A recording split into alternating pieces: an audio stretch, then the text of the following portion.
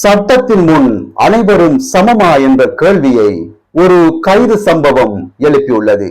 கிளிநொச்சியில் ஒரு இளம் பாடகர் தனது பாடலில் விடுதலை புலிகள் தொடர்பான விடயங்களை பயன்படுத்தினார் என்று கூறி பயங்கரவாத தடை சட்டத்தின் கீழ் அதிரடியாக கைது செய்யப்பட்டுள்ளார். இது குறித்து கடும் கண்டனம் தெரிவித்துள்ள நாமல் ராஜபக்ச, தேர்தல் காலங்களில் தேசிய மக்கள் சக்தி அரசியல்வாதிகள் இது போன்ற பாடல்களை பயன்படுத்திய போது போலீசார் எங்கே போனார்கள் என்று கேள்வி எழுப்பியுள்ளார். அரசியல்வாதிகளுக்கு ஒரு சட்டம், சாதாரண ஒரு இளைஞனுக்கு ஒரு சட்டமா?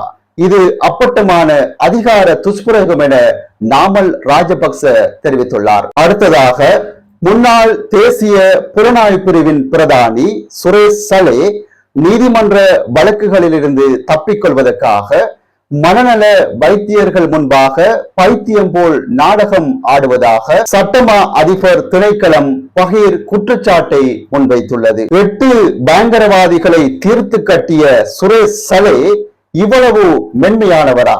இவருடைய நடிப்புக்கு ஆஸ்கார் விருதை கொடுக்கலாம் என மேலதிக சொலிசிட்டர் ஜெனரல் திலீப பீரிஸ் நீதிமன்றத்தில் தெரிவித்துள்ளார். இதற்கிடையில் ஒரு துயர செய்தியும் கிடைக்கப்பட்டிருந்தது.